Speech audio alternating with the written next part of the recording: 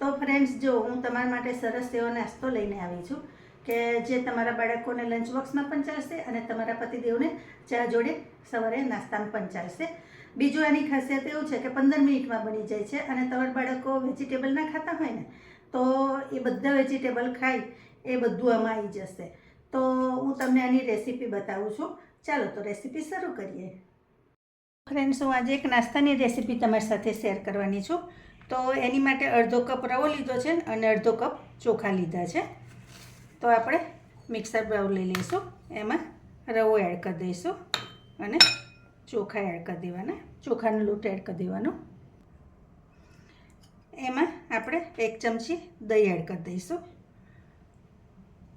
દહીં ખાટું હોય તો ઓછું લેવાનું. હવે એમાં આ વેજીટેબલ લીધા છે, એમાં ગાજર, કેબેજ, ડુંગળી, કેપ્સિકમ આવી રીતે કટ કરીને લીધા છે, એ એડ કરી દઈશું. તમે વેજીટેબલમાં કોઈ બી વધારે લઈ શકો ને કોઈ બી ઓછા કરી શકો.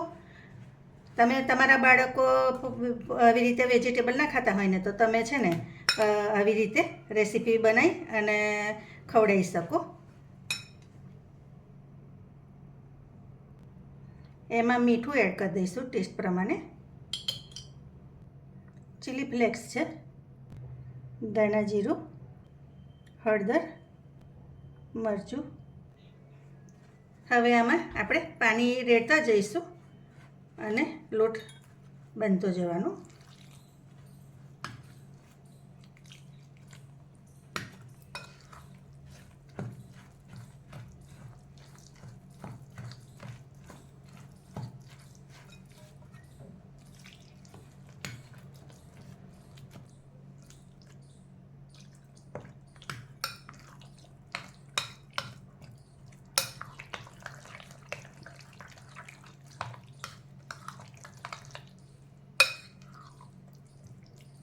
તો જો ફ્રેન્ડ્સ, અત્યારે આપણે બેટર આવું રાખીશું, પછી જરૂર પડશે ને તો પાણી વધારે રેડીશું. હવે આને 5 મિનિટ રેસ્ટ આપીશું, પછી એને જોઈએ. તો ફ્રેન્ડ્સ, હવે જોઈ લઈએ.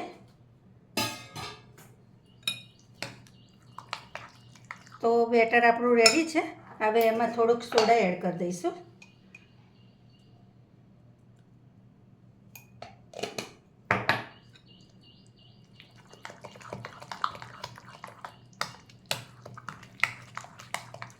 અને બરાબર આવી રીતે મિક્સ કરી લેવાનું. હવે આવી નાની કઢાઈ લઈશું, એમાં તેલ એડ કરી દેવાનું. તેલ થાય એટલે ફ્રેન્ડ્સ જીરું એડ કરી દેવાનું અને થોડીક રાઈ એડ કરી દેવાની. તમે આ રીતે બનાવશો ને તો તમારા છોકરાઓને બાળકોને ખબર પણ નહીં પડે અને સરસ એવો નાસ્તો તમારો રેડી થઈ જશે. આ તમારે ચા જોડે પણ સરસ લાગે. હવે થોડાક તલ એડ કરી દેવાના અને પછી આટલું થઈ એટલે આપણે જે બેટર બનાવ્યું હતું ને એ બેટર અંદર એડ કરીશું.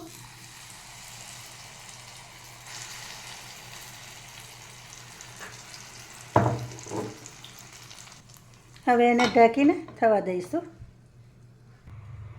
તો ફ્રેન્ડ્સ, હવે જોઈ લઈએ અને આને તમારે છે ને ધીમા તાપે થવા દેવાનું. તો જો સરસ એવો થાય છે ને. હવે એને ઢાંકીને ફરી થવા દઈશું અને ધીમો તાપ રાખવાનો એટલે અંદરથી કાચો ના રહે.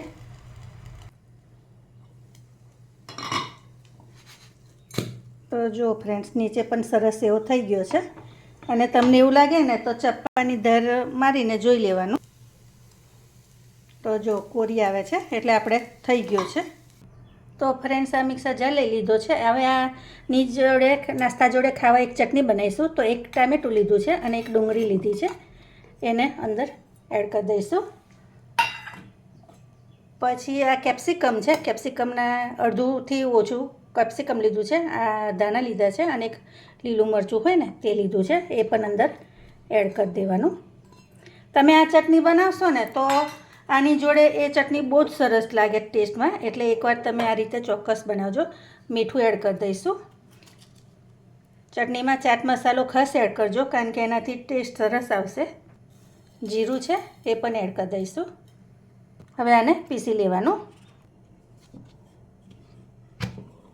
તો ફ્રેન્ડ્સ જો સરસ મજાની ટેસ્ટી એવી ચટણી આપણી રેડી છે. ગેરંટીથી કહું છું, તમે એકવાર આ ચટણી બનાવી લેશો ને તો ફરી બીજી ચટણી ભૂલી જશો. એટલી ટેસ્ટી ને બહુ જ સરસ થાય છે. તમે એકવાર આ રેસીપી જોડે આ ચટણીનો ઉપયોગ ખાસ કરજો. અને આને છે ને તો પલ્સ મોડ પર પીસવાનું તમારે, તો દરદરી ચટણી રહેશે, નહીં તો સ્મૂથ થઈ જશે. એટલે પલ્સ મોડ, અને પાણી બિલકુલ એડ નહીં કર્યું. ટામેટાને ડુંગળીના એનથી જ રસથી જ પીસાઈ જશે.